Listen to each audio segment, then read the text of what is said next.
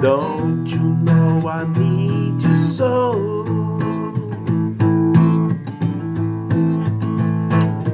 Don't you know I love you? Don't you know I need you so?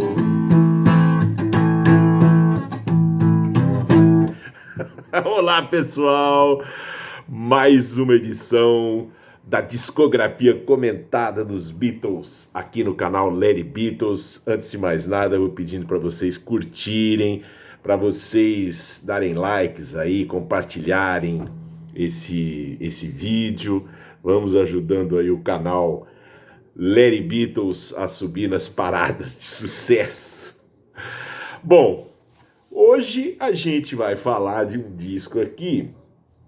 Tem muita gente que não vai gostar do que eu vou falar, mas enfim, para um lado e para o outro, né?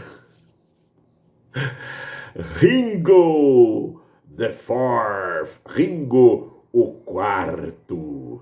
Esse aqui é o sexto álbum do velho Ringão, lançado lá nos idos de 1977, mais exatamente em setembro de 1977, algumas semanas depois da coletânea Love Songs dos Beatles, né? E, meu Deus do céu, falar o que desse disco, né, gente? Eu vou dizer uma coisa para vocês, né? Que é uma coisa interessante, que é assim, né, pessoal? O cérebro do ser humano, o psíquico do ser humano é uma coisa tremendamente maluca mesmo, né? A gente tem aí mil maneiras de lidar com as sensações, os hábitos, né? Uma série de coisas aí, né? Que assim, para quem coleciona, para quem gosta de uma banda, né? E essa banda marca muito a vida da gente. Assim, a primeira audição da música que a gente tem é aquele impacto, né?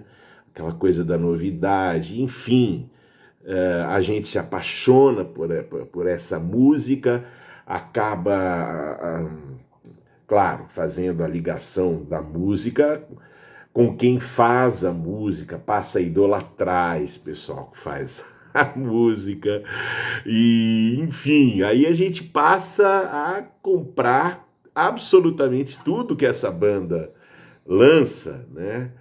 E na esperança de que aquele primeiro momento, aquele primeiro impacto, né, se repita, né? Então a gente vai assim atrás de tudo que a banda lança. No caso dos Beatles, como acontece com todas as bandas, mas no caso dos Beatles é um caso engraçado, assim, curioso e interessante, né?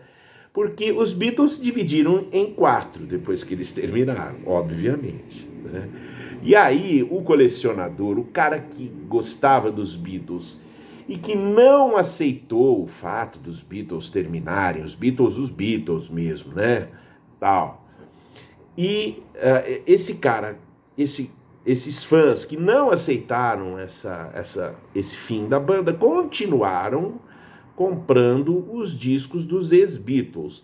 Não é que não aceitaram, né? Mas assim, tipo, tudo que o John, o Paul, o George e o Ringo lançavam, evidentemente que todo mundo ia comprar. Todo mundo, inclusive este que vos fala. Então, cada disco solo que a gente comprava e compra até hoje, né, quando o Ringo, por exemplo, ou o Paul lançam um disco novo, ou quando sai algum material inédito do John, do George, a gente vai atrás dos Beatles, tipo Anthology, né? Todo mundo babou para ir atrás e ouvir.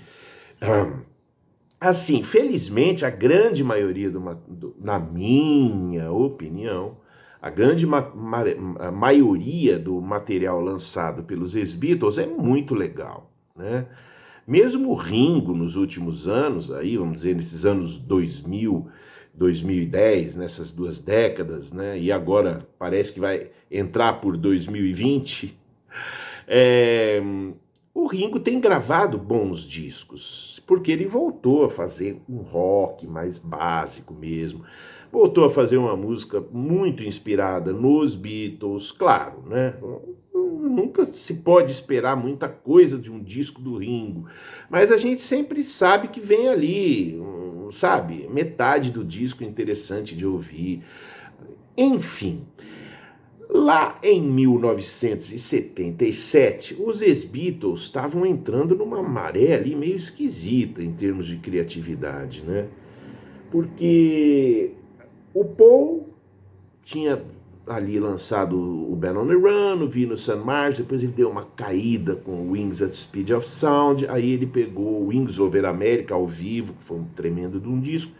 Depois, lá em 77, ele começou a gravar esporadicamente, assim, mas num ritmo muito descontraído, né? Que viria a ser o London Town, que a gente vai falar em breve aqui. O John, todo mundo sabe, que se retirou, ficou compondo lá em casa, tal, não sei, mas se retirou, parou de lançar discos por um bom tempo, né? E o George também deu ali em 77, ele deu uma parada depois de um período intenso de lançamentos de discos bons na maior parte, né? A gente vai falar disso também nos próximos discos do George.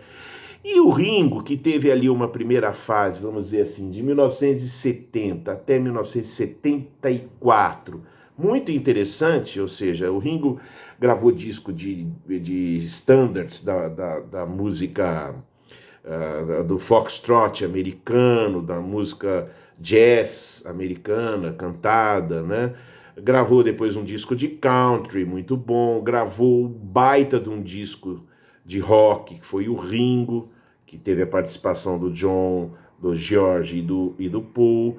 Gravou o Goodnight Vienna, que é um bom disco, tal. Depois ele mudou de gravadora, tal, saiu da Apple, a Apple parou, o Ringo saiu lá do conglomerado EMI Capital e foi para Polydor. Polydor, assim, na Europa, aqui no Brasil, né? E lançou o Rotograver, que eu já falei aqui, e que é um disco assim que lamentável, né? Muito fraco. Bom, em 77, o Ringo continuou trabalhando com o Arif Mardin, que era o produtor do Rotograver e que era um produtor assim muito bem cotado naquela época, porque ele gostava de lançar aquele material todo da disco music que estava em voga, né? Tava muito por cima. E ele chegou a hora de gravar mais um disco. O Ringo ficou meio puto da vida, porque o Rotograver não fez sucesso nenhum, então eles ficaram lá bolando uma fórmula de fazer o Ringo gravar um disco que fizesse sucesso. E o Arif Mardin, eu tenho a impressão que ele tanto fez que ele convenceu o Ringo a gravar um disco basicamente de disco music, né? Ali um rhythm and blues, bem anos 70 ali, tipo Jackson 5, né? Enfim, todo aquele material que circulava naqueles anos 75, 76, 77, 78, que no Brasil 78 é que seria assim o clímax desse tipo de música, né? E o Ringo, querendo vender, querendo também cumprir o contrato dele lá de forma decente, o Ringo topou fazer um disco basicamente de discoteca. Eu me lembro que quando eu ouvi esse disco, quando eu comprei esse disco, eu fiquei extremamente chocado, porque eu odiava discoteca. Eu me lembro na época que os meus irmãos, os meus primos, moravam no interior, eles iam já para as festinhas, nas festinhas tocava discoteca, todo mundo dançando, aquilo, né? Aquela coisa. E eu era roqueiro, né? Eu gostava de Beatles, de Stones, de Cream, de Jimi Hendrix, de Janis Joplin, de Bob Dylan, como gosto até hoje. E eu fiquei chocado, porque eu falava mal de discoteca. Quando eu comprei esse disco do Ringo, gente, eu tomei um choque. Eu falei, meu Deus do céu.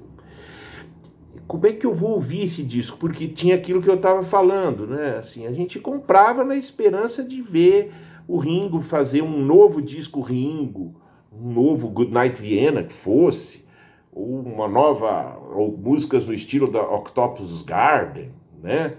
Era assim que funciona na cabeça da gente, né? E eu comprei esse disco e assim, foi uma decepção. Eu me lembro que foi uma decepção. Mas como a gente tem aquela coisa assim meio teimosa de porque é um disco de um ídolo da gente, então a gente não aceita a primeira vez que a gente ouve, não é assim que funciona? Aí você vai ouvir uma segunda vez, aí você vai ouvir uma terceira, né?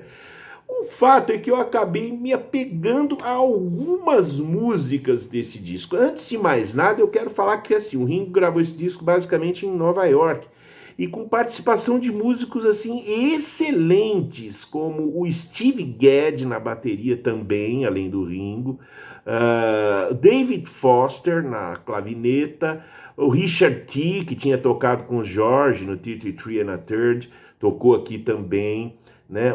Gente, o Dave Spinoza, que tocou no Ram do Paul, tocou no Mind Games do John, tocou guitarra aqui, né? Também dois outros grandes guitarristas, Jeff Mironov, John Tropia, né? Aí teve também o Tony Levin. O Tony Levin, naquela ocasião, era um músico de estúdio em ascensão. Ele tocaria depois com os Talking Heads, com o Peter Gabriel, com o King Crimson. Até hoje ele toca no King Crimson, ele toca com o Peter Gabriel.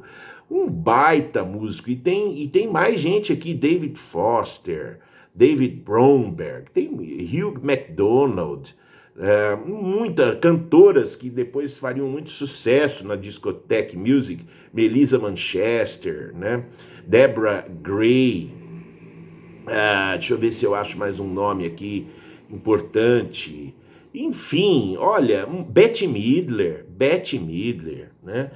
Muita gente hiper gabaritada tocando nesse disco. O resultado seria assim uma prova, uma coisa que aconteceria com muitos discos do Ringo, né? Muitos, assim, ou seja, um disco muito bem produzido, com ótimos músicos tocando junto com ele, mas assim, um repertório doído. E os vocais do Ringo para esse tipo de música, vamos e convenhamos, ouvir um disco inteiro do Ringo não é uma experiência como você ouvir um disco inteiro do Paul, ou do John, né? Ou do George, que seja, apesar do George também ter uma voz um pouco mais frágil. Então, mas compensa com as composições, com o trabalho de guitarra. O Ringo é uma coisa meio complicada, né? Assim, você ouvir um disco inteiro, porque a voz do Ringo não é uma voz de um cantor. O Ringo não é assim um brilhante cantor. Ele vai lá e faz de forma satisfatória. Então precisam ser músicas muito boas e os músicos sempre foram excelentes e os discos muito bem produzidos. Mas esse disco aqui ganhou em termos de ridículo. Assim, olha, deixa eu mudar isso que eu estou falando. Eu falei ridículo. Ele não ganhou em termos de ridículo, não, não. O que eu vou dizer é uma experiência assim, muito pessoal. Esse disco é extremo, ele foi considerado ridículo, a maior parte dos fãs ignorou. É um disco que nem teve carreira nas paradas de sucesso, tipo Billboard, nada assim, não apareceu nada, quase nada. Os críticos, que principalmente quem acompanhava o trabalho dos ex-Beatles, todos malharam, né? Falaram que o Ringo, e de fato tem umas coisas aqui que são medonhas, Drawing in a Sea of Love, nossa senhora, meu Deus, Tango All Night, essas duas músicas, as duas primeiras do disco. Eu me lembro que quando eu ouvi as duas primeiras, eu falei assim, que é isso, cara? Era uma mistura de disco music com uns sopros que evocavam tango mesmo, assim, uma coisa brega, né? Que ele já tinha feito no disco anterior, Las Brisas, no Rotograver. Drawing in a Sea of Love é uma coisa assim, a voz do Ringo nessa música tá um horror, e é uma música também arrastada, né? Mas, quando entra Wings, É legal. Wings eu acho uma puta música, porque sai da disco e é um rock Wings, né? É um rock bem cadenciado, bem legal, com uma guitarra forte fazendo a marcação, né? Um solo de guitarra muito legal. Wings é uma baita música, e é uma música que foi composta pelo Ringo mesmo, e pelo Vini Poncia, né? O Ringo compôs aqui 6 faixas em parceria com o Vini Poncia, que era um músico que estava próximo dele naquela época, tinha participado nos discos anteriores, né? É, e aí, as duas, mais 4 faixas eram escolhidas ali de compositores, né, de rhythm and blues e tal. Wings é legal. Depois vem Gave It All Up, que é outra música que eu me afeiçoei. Eu passei a gostar de Gave It All Up. Mas eu, mesmo gostando dessa música, uma balada, bem assim, meio bregona também, né? Mas eu sei lá, eu acho a melodia bonita. Mas mesmo eu gostando, eu tenho que admitir que é uma música meio brega, assim, né? Meio manjada, assim, apelativa, né? Melosa, né? Mas é uma música que eu acabei gostando, né? Aí vem Out on the Street, que é a música que encerra o... Essa mesmo, será? Out on the Streets, que encerra o lado 1, que é um número disco, né? É uma música com corinho, tudo no estilo discoteque. Olha, é uma música até que, assim, tem um groove legal, ela tem uma pegada legal. O lado B é um pouquinho melhor. Can She Do It Like She Dances é pura disco music. Agora, na sequência vem Sneaking Sally Through the Alley, que é uma música que eu até gosto, que tem, é funk, funkeada, é interessante de ouvir. Não era uma coisa que a gente estava acostumado a ouvir qualquer Beatle fazer, né? Até o Paul ali mexeu com tipo Silly Love Songs, que era uma baladinha também, ali com um arranjo que evocava disco, né? Mas essas do Ringo eram, assim, declaradamente, assumidamente discotheque music. Mas Sneaking Sally Through the Alley, com o passar dos anos, eu fui ouvindo e fui achando, pô, isso aí é um funkzinho bem legal, com trabalho vocal, um coro, né, um back vocal ali bem interessante e tal. It's No Secret é uma música que já tem mais a ver com o Ringo, já é uma pegada do material que o Ringo gravou nos discos anteriores, uma balada, um pouco brega também ainda, né? Mas os arranjos, os back vocais, sempre evocando a discotheque music. Então perde por aí. Gypsies in Fly é ainda mais Ringo, naquele estilo Husbands and Wives, né? Brega também, né? Assim, uma música é até bonita. É a única música assim do lado B que não é totalmente disco, né? E o arranjo é muito bonito, mais puxado para o country, né? Para country music. E encerrando o disco, Simple Love Song, que é uma porcaria absoluta, super disco music e tal, né?